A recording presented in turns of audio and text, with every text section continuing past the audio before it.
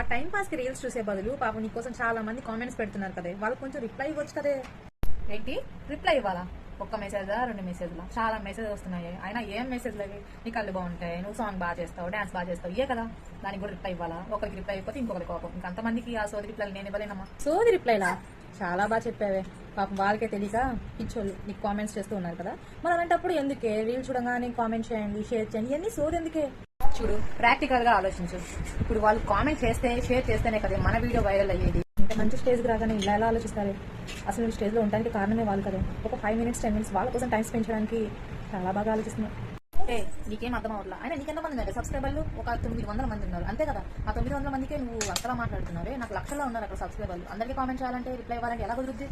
Correct, నాకు 900 సబ్స్క్రైబర్సే ఉన్నారు. కానీ ఒకటి గుర్తుపెట్టుకో, ప్రతిదీ నువ్వు ఈ స్టేజ్కి రావడానికి కూడా ఒక సబ్స్క్రైబర్తోనే స్టార్ట్ అవుతుంది. అలానే నేను కూడా ఏదో రోజు అవ్వచ్చేమో ఎవరికి తెలుసు, కానీ నీలా నెగ్లెక్ట్ మాత్రం చేయను.